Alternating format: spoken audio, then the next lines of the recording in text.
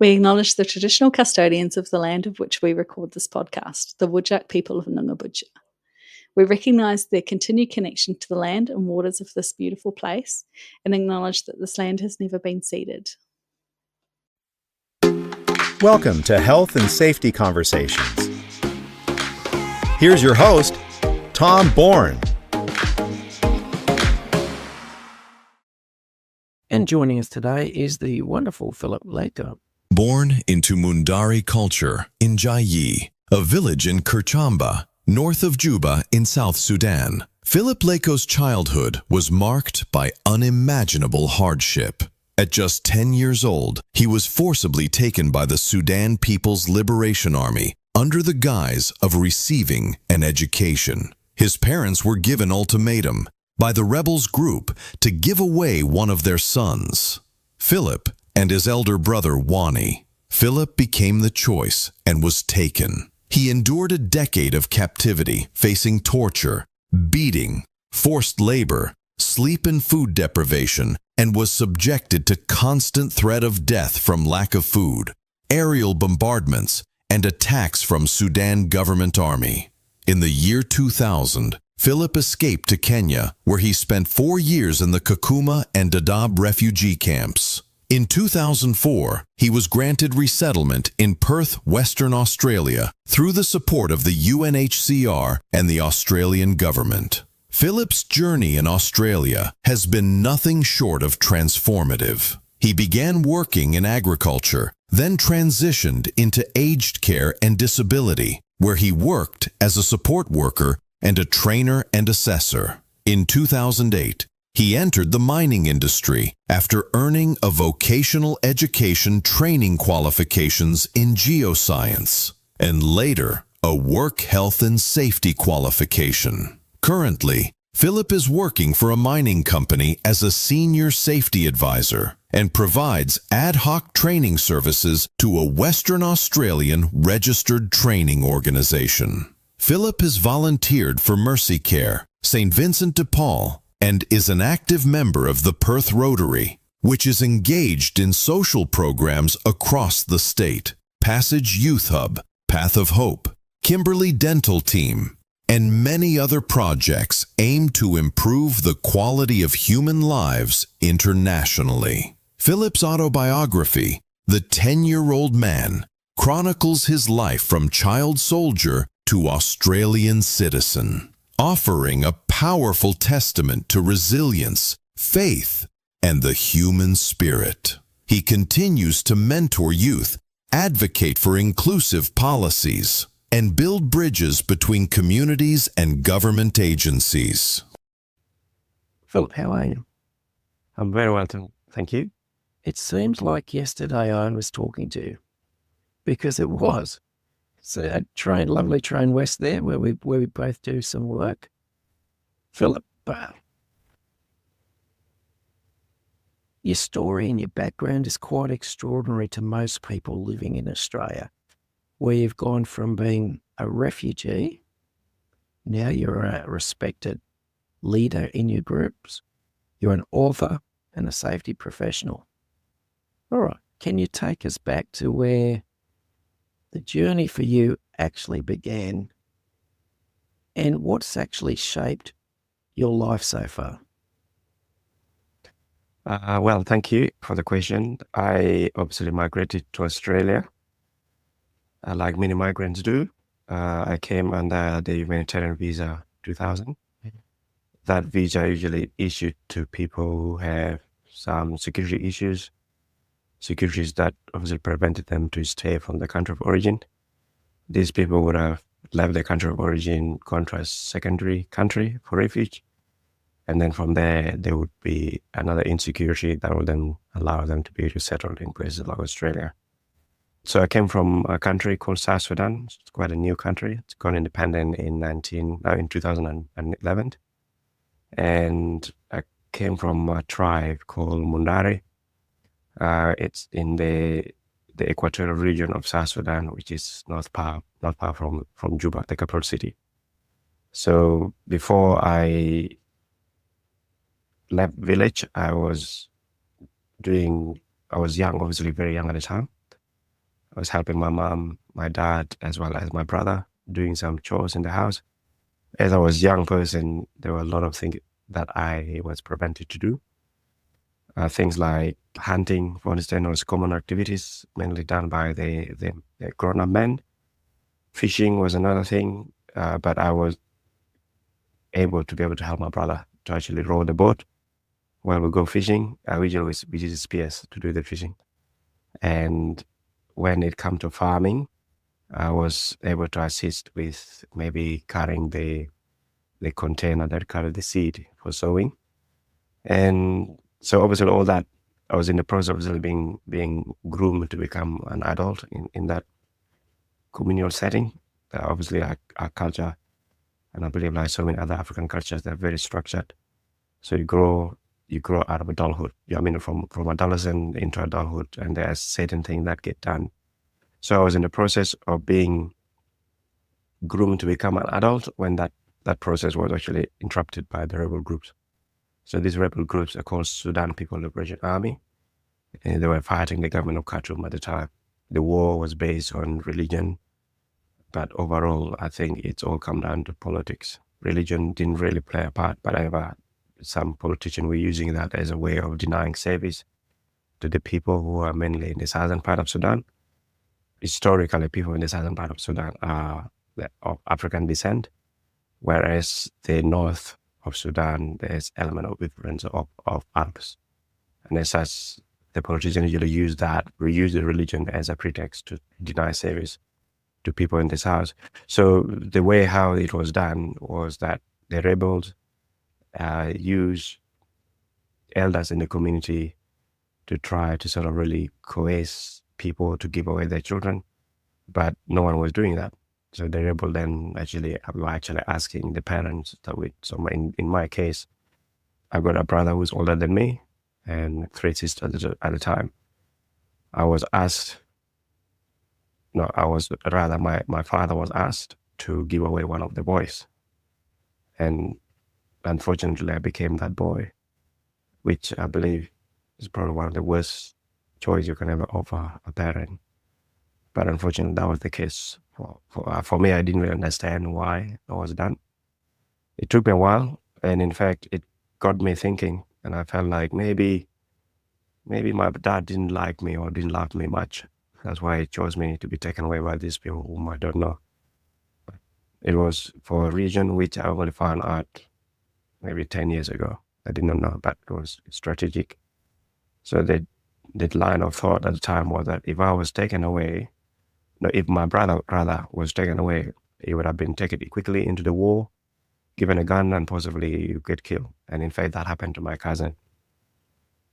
I think the rationale also was that if I was taken, being a young person, the risk of being taken to fight would be less, and also being a young person, I could possibly adapt to the environment quickly. And so I was in the hand of these rebels for about 10 years. Okay. And so things happened, bad things, like deprivation of sleeping was quite common. We didn't have to, like I think averaging by 3-4 hours every night for that entire period. During that time also, there were a lot of bombardments. Usually we get a lot of planes from the government of Sudan then sending bombs onto us. So every now and then there's constant fear, people running around, going to yell their bunkers, building air places.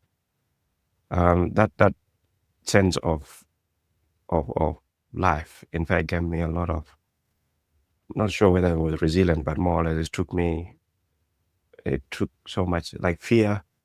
Didn't really know what a fear was anymore because I felt like everything was taken away from me. So it got to a point where we have to learn ways of surviving. One way I used was like literally depriving myself of sleep was something that became common. Like if it got to a point where even when I arrived in Australia, I was afraid of going to sleep simply because if I overslept, I usually get woken up by caning.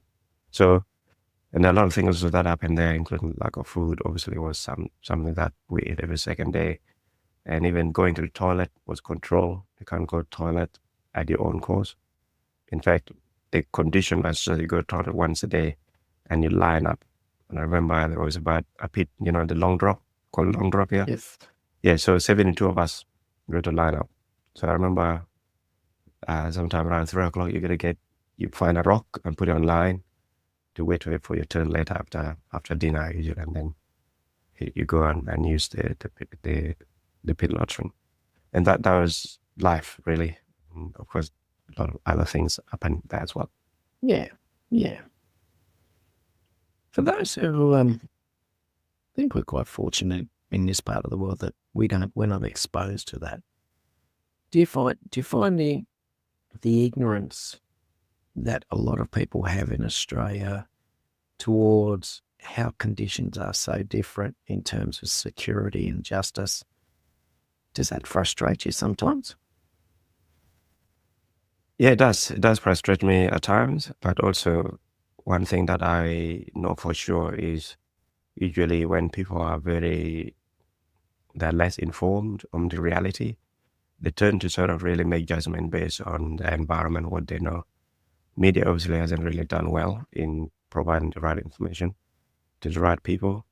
But what I know so far, I think conversations, can actually promote like meaningful coexistence between communities and people who chose to come to this country. So for instance, like I was saying about migration. So I didn't choose to come to WA or even to Australia. That choice was made for me by the United Nations High Commissioner for Refugees. And what people like that, I think, if anything, they can't engage in a meaningful dialogue. At the end, really, when you look at it, if you look at Australia now as a nation, for instance, you can just think for one moment, the diversity that we have and how much we have to offer on different type of skill sets. You go to health sector, for instance, like disability sector in particular, like even the mining industry. Like there's so many. So this idea, and I think my advice to such people, I think they haven't grown yet. I think they're still in the journey of human development. If they think that, because when you look at it, we look at it even in the history of the human race. We're all one people, and we just have different stories, and I think we just need to have the effort to take the moment to understand what is driving, because these people would have grown up. They were young children at some stage, so they've been feeding from wrong source of information.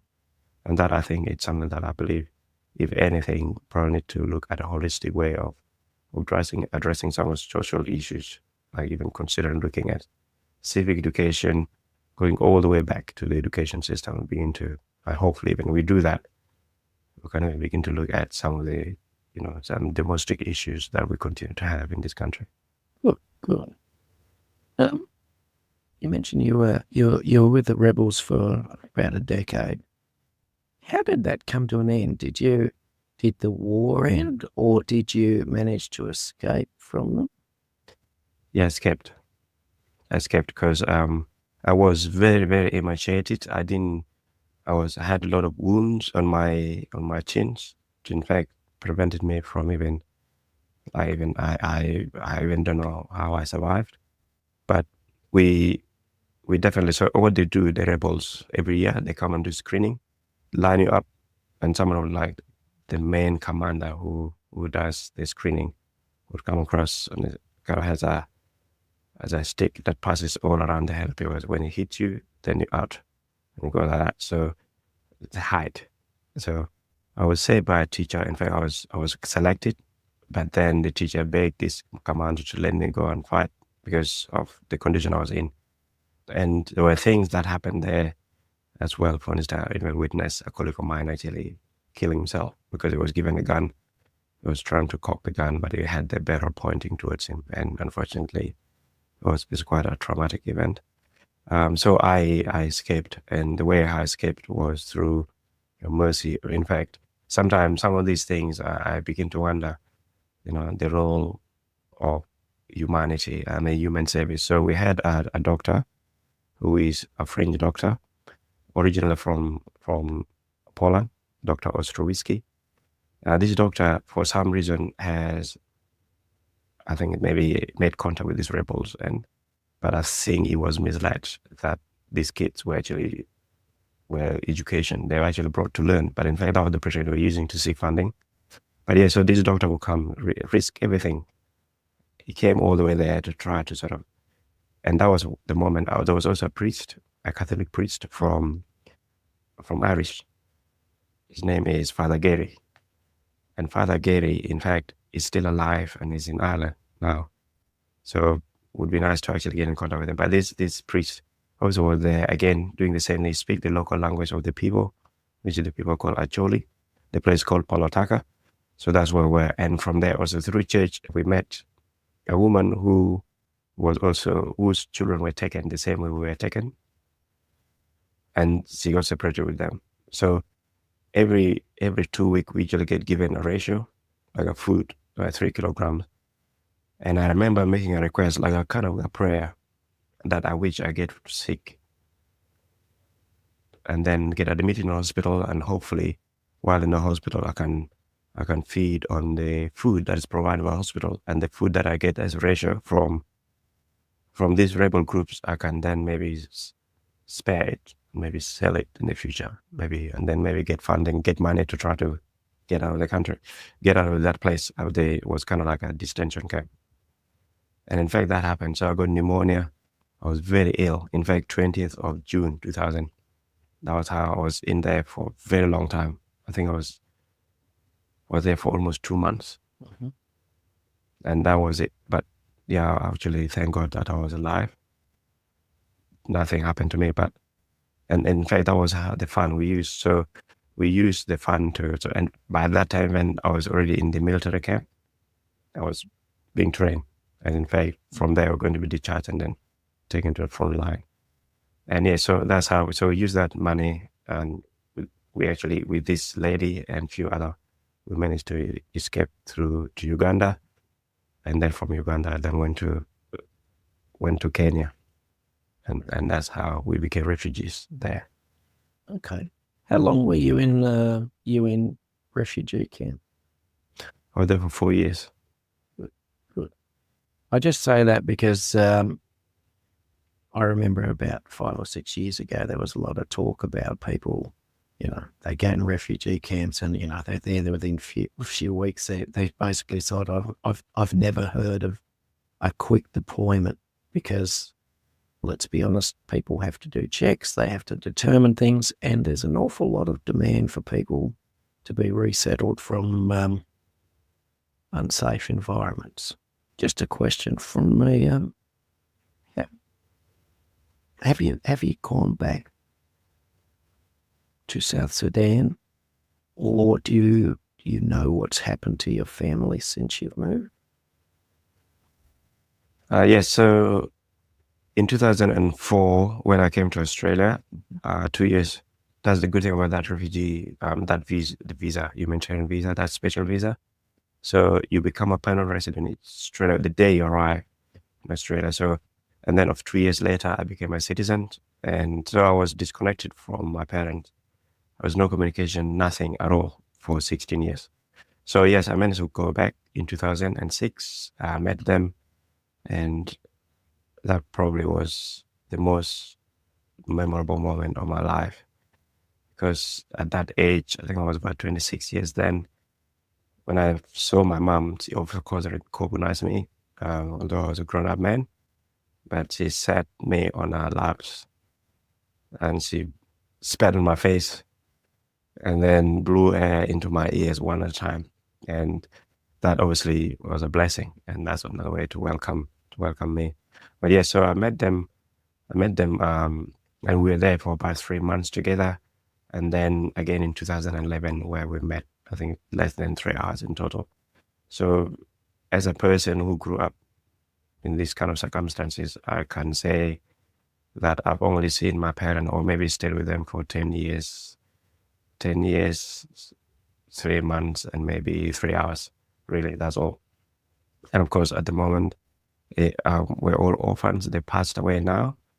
And the reality is that I think life, sometimes a lot of people take for granted. I'm sure there will be people listening to this podcast or this conversation who have their parents and may also have difficulty having a relationship with their parents. So my advice really to to these people, no matter how old you are, is to try to seek way of going back to your parents and try to seek forgiveness regardless of what, or even seek ways of trying to reconcile the differences, because life without parents is very, very hard. And sometimes I felt like I wonder what it could have been like if I had my parents with me. And yeah, so, and also with the refugee camp life, I can say that in fact, in the camp that I was at, I actually stayed in 2 camps in Kenya, Kakuma Refugee Camp and DadaAab. In Kakuma, there are people who have been staying there since 1992. That was when the camp was opened. So sometimes there's an element that there's a queue. There's no such thing as queue in refugee camps. It's all about insecurities. So for you to be resettled into a third country, under that visa, you have to get like an insecurity in that second country you're in to get resettlement rather, in the third country. And I think that it's obviously, I think, misinformation that's out there that need to be corrected. Yeah, I agree. Now, a few years ago, we had a federal government that at one stage was talking about if people had come over on a refugee visa, that once security situations had settled in the country, they were basically thinking of asking the people to leave and resettle back in their home country. Is it just me who thought that was ridiculous, that you should uproot your life and go back to somewhere where you may not have any ties remaining in that country? Yeah, I think, and this is why I think some government policies are either driven by, I think, the community discourse and sometimes amplified by the media. So there are voices in the community that do not really provide any meaningful addition to or improving lives of people. So obviously, becoming a refugee is not a choice. People just don't wake up in the morning and say, I want to become a refugee. There is a reason why people flee those countries. And if you look at it, most people who actually came here as refugees, all they do is they just want to give back to the country that has given them the opportunity. And that's why, in fact, that's the main reason. In fact, I used to work even in aged care as a support worker. One of the reasons why I wanted to work in aged care is to try to show gratitude to elderly people, to sort of also remind me of this is the thing that I would have done to my mom or my dad, but unfortunately they're not there. So this is why a lot of people from refugees background are actually working in those sectors. It's not because they don't have their skills, but it's kind of satisfying to actually work in those sectors, like actually making a tangible changes in people's life. So this idea that, people can be asked to go back to their country of origin, it's a fallacy, and I think it's wrong. In fact, it's inhumane, because chances are those people are not likely to survive if they were to go back. Good. All right. You're one of the most calmest and gentlest persons I've ever met, Phil. This is me being honest, and I've talked to you quite a few times. Considering what you've been through, I think that's remarkable in itself. But do you get angered or frustrated when you see things like what we've had this year in Australia, where we've had marches against immigration, and you've got people spouting off that immigrants and refugees provide no value at all to the Australian way of life or the Australian economy? Yes, so I honestly, yes, I was. So I remember on that day we had our elder in our community who passed away, and the event was the day before, on the 30th of August, and then the next day obviously was that was the event, the masses that were done. I remember speaking at that event, reminding people that there's this event being organized and it's anti-immigration, but my advice to these people in the community at the time was, you go out there, there's nothing preventing. We all belong to this country together.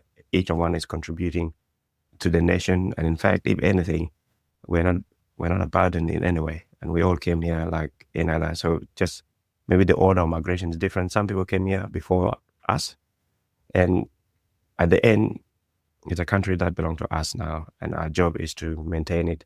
So I suggest probably these people who are acting in this way. I think I can even say possibly when they were organizing to go for that rally, they would have eaten a kebab or a food that probably was prepared by a person who migrated here. And that's why I think we need to I think it's all come down to dialogue. Hatred, no matter how massive it is, can never resolve any issue. Hating people for the sake of how they look or how they appear, I think it probably is the most evil and in fact the most laziest way of actually trying to assert that a person does not like something with that. So hatred usually it's a sign of defeat. If you're hating somebody without having engaged in a meaningful conversation as to what exactly is driving you to dislike that person, then such people, for me, I think they haven't grown. And in fact, they're still growing. For me, I have actually gone to a point where I have grown out of these mindsets where you see people on their color of skin. I actually don't see that anymore. I see humanity. And I think such people are still growing. Good. All right.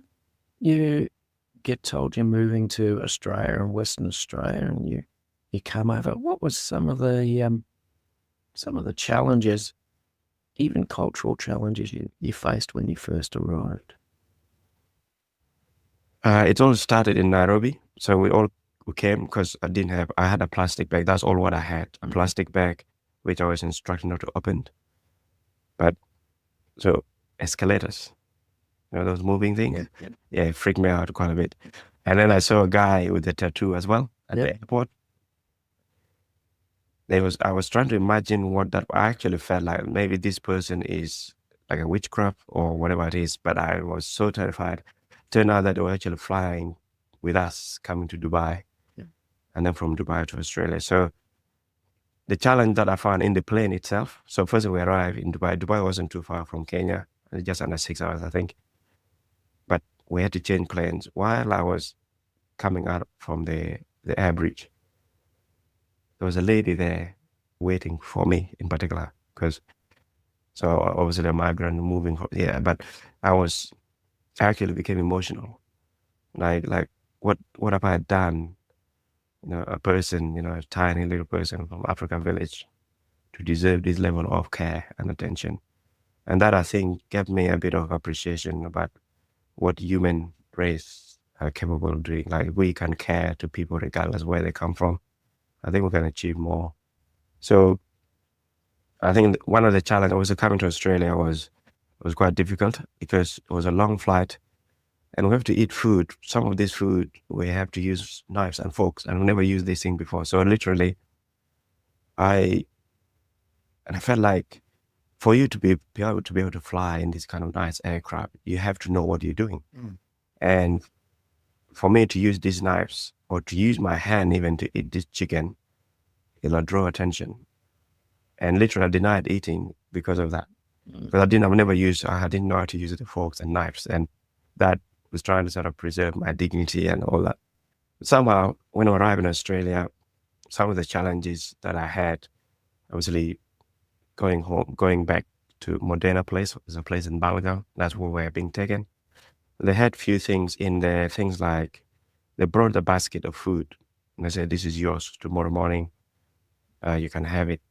So in the next day when I go through it, the only thing that I could see that is eatable was they had like long life milk. And they did put the fridge, they put fresh milk in the fridge. But for some reason, I was holding this Vegemite and I looked at it so many times and tried to understand what it is. I opened it up, it's so dark and it smelled weird in a way. So I was struggling to understand whether, in fact, coming to Australia was a good idea. I can tell you, you're not the only person who doesn't understand Vegemite. Oh, I quite often go, why is that a national icon? All right, you've said before that resilience is a bit more than survival. After all you've achieved so far, what does resilience mean to you now? I think for me, resilience really means that, at times we do go through temptations, we do get beaten down by circumstances. And sometimes we also feel like we can almost have the reasons to give up, and people understand why you give up. But then I begin to realize that like giving up is probably a disservice to myself and also to those people who rely on me. So, and I felt like resilience seemed to be it kind of grow as I push my limit. Because firstly, when I came to Australia, I didn't have anything. In fact, my dignity, self worth was not there at all. But I think every time I'm reminded by workers who are colleagues I work with, and they remind me of the importance of sharing my story. So for me, resilience really is being able to sort of understand that, choice is, how we live our lives is all depend on how we choose. Even when people speak to me, sometimes I remember I was on the radio, ABC radio, on the related to migrations, when the government, I think in 2023, when they decided to allow people to apply for permanent residency, people who came in on asylum seekers. So I did receive a quite like vulgar type of message after that program. The person was very upset and in fact was swearing at me that I should go back to South Sudan and all that. And I felt like I can choose to really be upset and try to find out who this person is, but I'm not going to add any value to me. So for me, resilience really is mean being able to sort of keep going, but knowing that also there's a purpose why I'm here on this earth. There's purpose for being of service to others. And as such, I'm doing that now. The people I work with to try to sort of understand, why I'm slow to anger, and the reason is because I begin to realize that sometimes anger does not really take us anywhere. So, and of course, because the region also there, like I've got kids that I'm helping in other countries to go to school, and simply because of that, because of that resilience, I felt like stories like this can still have a place to be heard. And I felt like through that resilience, I've been able to sort of confidently share this story with people that need to hear it. Good. Thanks. Working in aged care. You're not currently working in aged care. You're currently working as a highly regarded safety professional. What took you down that path? Firstly, I actually got into the mines in 2000, and I did a course. And in fact, because of that course, I started drinking coffee, because I didn't drink coffee then, but because I had to try to raise money to go back home to Africa to go and visit my parents. But also at the same time, I want to do this course so that I can also maybe earn better money. Because at that time I was working in aged care. So I was going to work in aged care. I was working in Shenton Park at the time. And then I have a lot of coffee, go to class, and then go to bed, and then repeat the same day. So I did that for 6 months. Managed to get into mines, so working in exploration, and then in there. So I was reminded, I think you'll be good at safety, and then so got into a health and safety rep course, and then did a diploma, and then went to uni, and I was studying actually bachelor health science in safety, but I ended up not really finishing the course because of other competing priorities. And currently I'm doing a program through Australian Institute of Management, which is AIMS. But I think the reason why I got into safety is, for me, I see safety as a social license to speak with people within the workplace and try to understand them better, a little bit better. And hopefully, whenever we're talking about safety, we can at least understand what is driving them to do what they do. Because I've noticed quite a number of times, we all know, like for instance, in Australia, the psychosocial issues contribute to a lot of challenges, and that, I believe, like as a safety person, I tend to sort of understand better what is driving people to do what they do and provide support. Like recently, we had workers who had from these new exams, the new Schedule 26 exam that supervisors have to do. We had a worker who was struggling, and in fact was considering leaving his job altogether. But with time, try to understand him, give him all the support. But in fact, there were two of them. sat down together and actually give them all the support they need. And they were able to sit the exam and pass quite easily. So, and I believe the key is obviously there's a reason, the why people even have to wake up and go and work in the mine. There's always something. And for me, as a safety person, my role obviously is to sort of make people understand what is the actual standard, what is required, how the work should be done. And hopefully also in doing so, they can also understand their function and their role under the act. And hopefully in doing so, they can actually make the right choices and help the business as well to sort of really continue to provide. Because sometimes a lot of companies, like from the industry, like the mining industry, mineral resources industry, for instance, we all know that these companies obviously are set up to, their primary purpose is obviously to make income, like resources to actually money. But at the same time also for them to make this income or money or in fact financial rewards, they need people to support those programs. And when you begin to look at it, is that holistically you begin to see how companies with people working to make society a greater place. Like for instance, now where I'm working, it allows me, the income I have allows me to actually support other people that otherwise would have taken risky decisions to try to cross across Mediterranean Sea to try to seek refuge in other countries. So, and that I think it's quite satisfying in a way. And also, being able to help workers to understand that they have the powers to really direct how work should be done, particularly if they believe the work is unsafe, they have the power to actually ask the right question and not allowing themselves to be driven in a way that put their health and safety at risk. Well, cool. All right. Yep. You're an investigator. You're also a facilitator of training programs. How do you, when you talk to people, strike the right balance between, particularly after incidents, between accountability for actions and learning from them? Yeah, so that obviously is quite tricky in a way, because investigations usually, there's so many number of investigations. So what I teach, obviously we teach the safety investigation, so the root cause using the ICAM model. The intent here obviously is to try to find out exactly, you'll try to sort of, you'll have a standard, there's a system of work. We're trying to establish whether that system of work is there and the work being done at the time, whether it was being done as per that standard.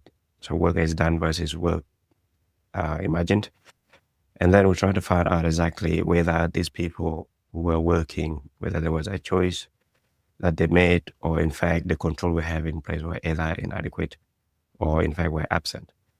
And we try to also to understand that we also need to look at, when we investigate this kind of incident, we are investigating systems and understand if people make choices that are rather kind of did not support the progress or in fact the ideal expected outcome. So we ask questions like, how did we as a business, or how did the business actually set this person up to fail, understand?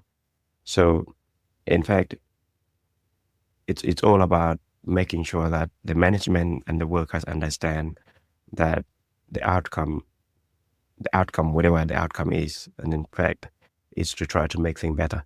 Particularly all the incidents that obviously hasn't resulted into a fatality or a serious injury. In fact, there's an incident that we can benefit from them in a way by learning exactly. So we usually use things like bow tie. Of course, the ICAM has themes, but we're going to talk about 4 themes in particular. What was there or absent of failed defenses. We look at those in particular. We also look at how did individuals or team play a part. We also talk about the task itself and the environment and then the organizational factors. So we look at those things holistically and try to understand how did each of these or multiple of these actually played in actually causing the incident. And then we look at then ways to put like proactive measures, rather preventive measures that we can put in place to prevent the reoccurrence. Good. okay, you're a very busy man. You really are. You go and do work in the FIFO industry. You come back and then you teach, as well as advocating for the community and doing public speaking. How do you fit it all in? I've got sacrifices, I think, sometimes need to be made. Because for me, I felt like I was just wondering, sometimes I say to myself, what it would be like if I had come here, or in fact, if I was born here in Australia. So it's kind of like playing catch up for most migrants. We come here, and in fact, that's the thing we probably need to talk about in more detail. It's like a lot of migrants who came here, they're all grown up. Some of them are aging now. So insurance-wise, for instance, some of them, you come here, and then at the end, you may end up to $50,000 on your account in super. So the reason I'm doing all this is because of, firstly, the community events. For instance, after this, actually, I'm going for a meeting, community meeting. The idea here is that we've got a lot of young people in our community that they really need to understand that the sense of community belonging is extremely important. I know the way how the Western societies are set up is that this element of individualism is kind of prominent, but in other cultures, particularly the cultures where we come from, we turn to sort of support each other quite closely. Like in issues like if there's difficulties, happiness, or whatever, sadness, or whatever, people coalesce together and work on this quite closely. So the intent is to try to sort of promote this strong community sense of belonging to entice young people back to the community, because at the moment we seem to have a lot of young people not attaching themselves to the community, which is quite disheartening. You probably see a lot of cases in Melbourne where there's a lot of young people engaging in crimes that no one can actually explain because the right conversations are not taking place. Some of these issues are fundamentally cultural, and there's nothing conventional that's going to fix it until we start talking about culture. And South Sudan is a country that has a lot of tribes, for instance. So some of these solutions actually come from the ethnics where these young people come from.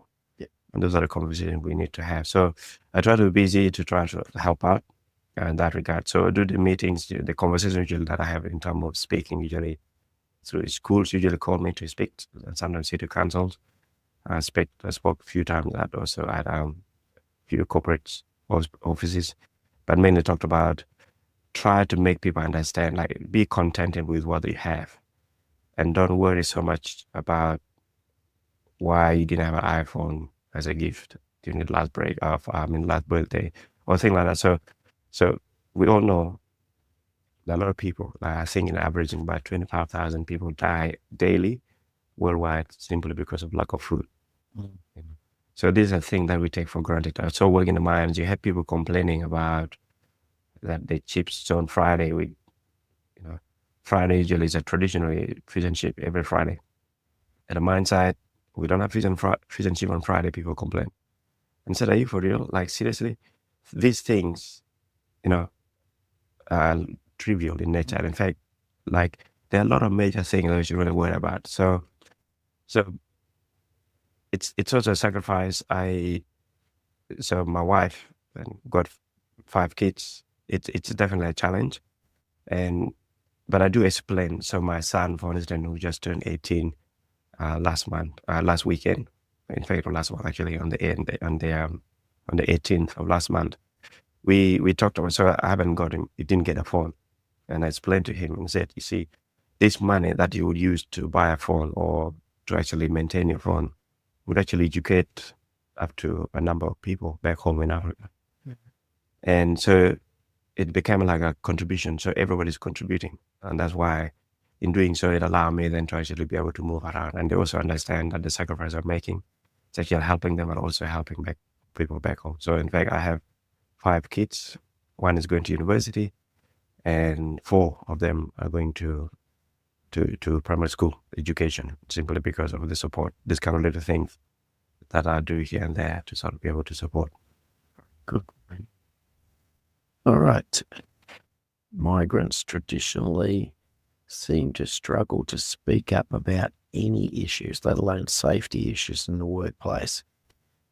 What advice would you have for employers who are trying to build a psychologically safe workplace that empowers people to speak up about issues? They should do cultural competency training. There's actually a course being offered by SBS, and that course is quite powerful.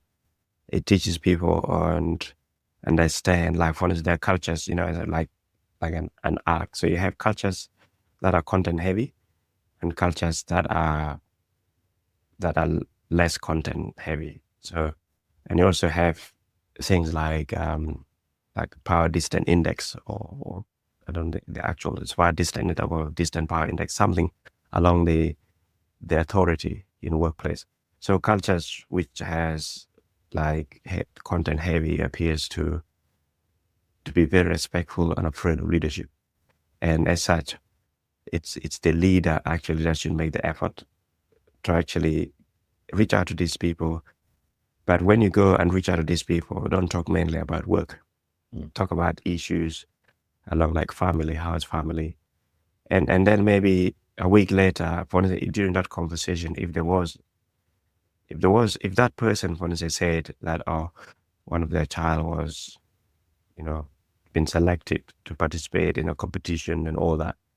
So ideally, the next conversation should really follow up on that. Like last time we had a conversation, he said your son was going for a competition, or how did he go? Thing like that. So the idea is that culturally, even where we come from, if some of us have said you have to do this, regardless whether it's wrong. I know Section 84 allow us, Work Health and Safety Act, Section 84 allow workers to refuse work if they believe the work is unsafe. But a person who comes from cultural background would find it very difficult. This is my boss. How can I? It's actually disrespectful. So I used to work for a company that has projects in South America, and the person was saying to us that workers will deliberately refuse to report incidents because they make their supervisors look bad to the upper management. So it's definitely, in terms of psychosocial issues, definitely, I think we are still, as an industry, I think we're still not there yet. The right conversations are not taking place. The job designs, the workload, and even lack of role clarity is still very common. And I think that is something that I believe probably need to happen, go all the way to the way how the interview questions are actually designed. Not having the right people. Like, in fact, I know there are a lot of companies, they have a division surely, like purely to sort of recruit talent acquisition. But sometimes the actual people at the front line who are going to be supervisors and all that. And some of these even questionnaires don't have any cultural appropriate text. So it should go all the way back and try to sort of even help people to understand. A lot of people just rely on like EAP program as the solution, but in fact EAP programs, these are all secondary interventions. They work. They don't only come in when something's going wrong. So we try to sort of have systems that are set up in place, allow people to speak up openly, and in fact, even it should be even pushed as to actually have mental health as a leave. Like, at least maybe you should have, companies should actually even consider having like at least 1 day a year, or 2 days a year that is purely some mental health leave, and hopefully that would maybe spur the conversation in this area. Good. All right. You're an author. You're a public speaker, safety leader, community advocate. If you were to choose one of them that is more central to you, how you feel about yourself, which one would it be? I think it's speaking one. Because every time I go to speak, I remember in June, I was in Kalgoorlie, and I got so emotional. What they organized, it's a secondary school. So they created a session, 5 sessions altogether. So I spoke with all their kind of presentation about refugee awareness and all that. But after the meeting, after that conversation, a lot of people came in. Some people were quite emotional that their story impacted their children so much to a point where they see things differently. So appreciative of that. I also did another similar talk as well at at another school as well. So I think, if anything, I think the public speaking one definitely seemed to have a lot of impact. And I think, if anything, storytelling, as we all know, that the indigenous people, is really critical. And most conversations, I think, can be resolved just by sitting like this and having a conversation like this on issues. Because sometimes we underestimate the power of conversation. And that, I believe, with opportunities like this, and to be able to share stories like this of migrants, all that, I think maybe we can help our peers better, including maybe those decision makers, to be more appreciative of the power of storytelling. Good. All right. As we said, you're an author. This is your lovely book. We'll pick it up somehow. It's The 10-Year-Old Man. Now, what would you like people to get out of this book? Would you like them to take away from this? So anything to take away from this book is that, firstly, I didn't know that I have a story to even put out like that in a book format. The reason how it came about is because someone who I work with said, you have to write a book. So if anything, probably take out of this is that if someone is telling you that you have something to offer, you might need to listen to them, because you have no idea what that could mean. So obviously, the book is all about, I think, resilience and self-restoration. So I was kind of like beaten down. So everything has been removed, including my dignity, self-worth. I didn't have anything at all. So this book is obviously all about, sometimes when you're feeling completely down,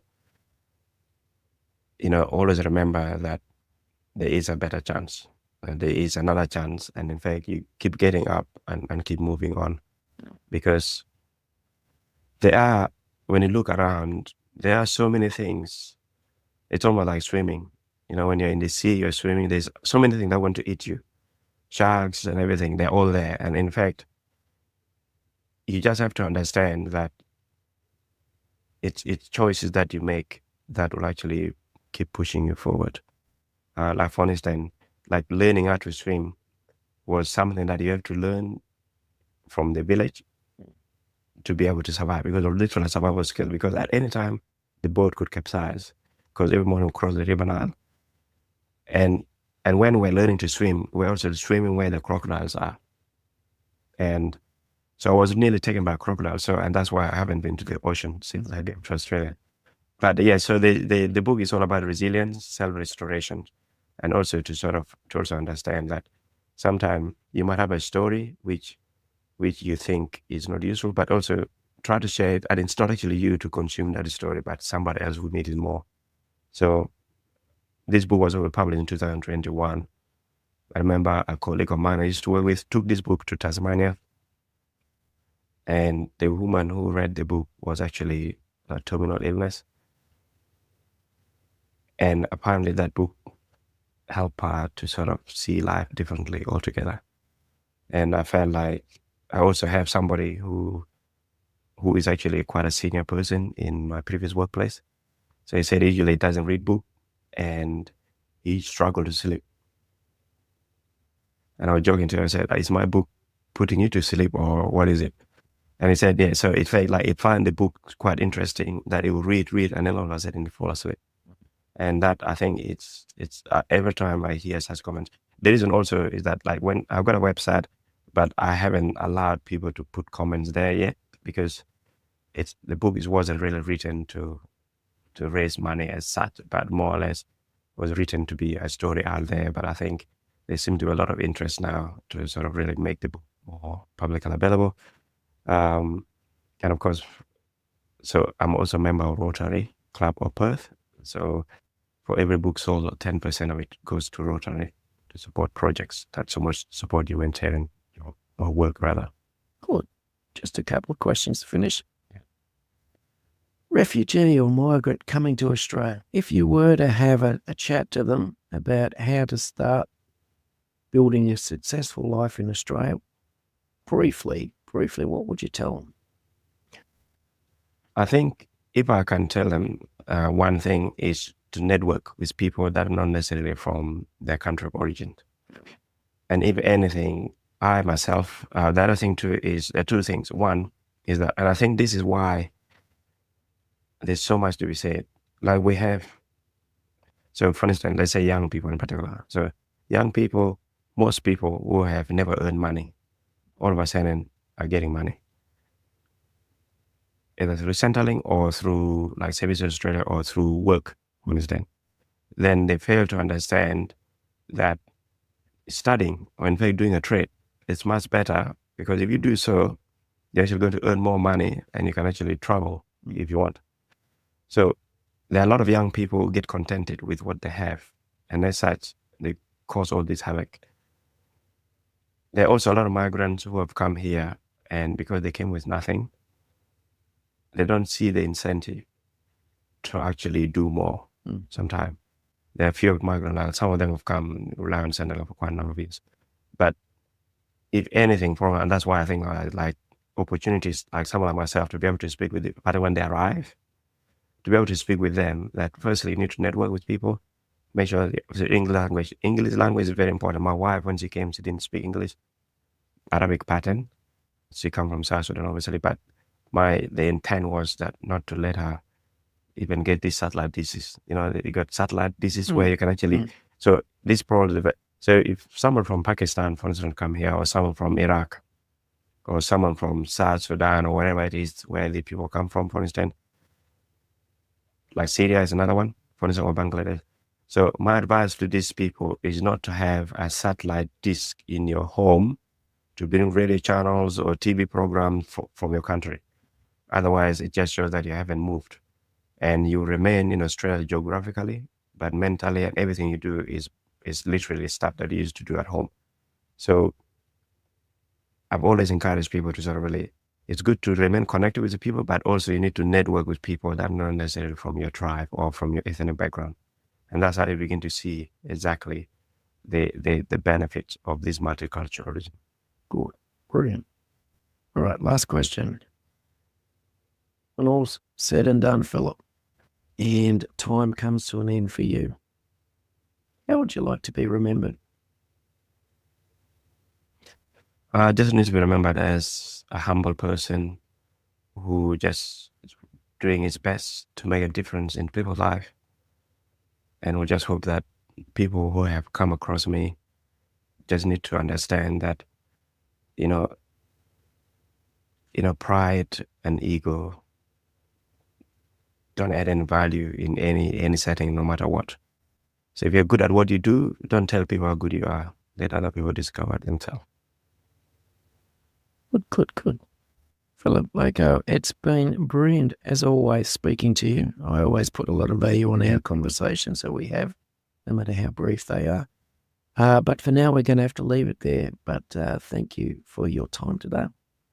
Thank you. It's been a pleasure, Tom.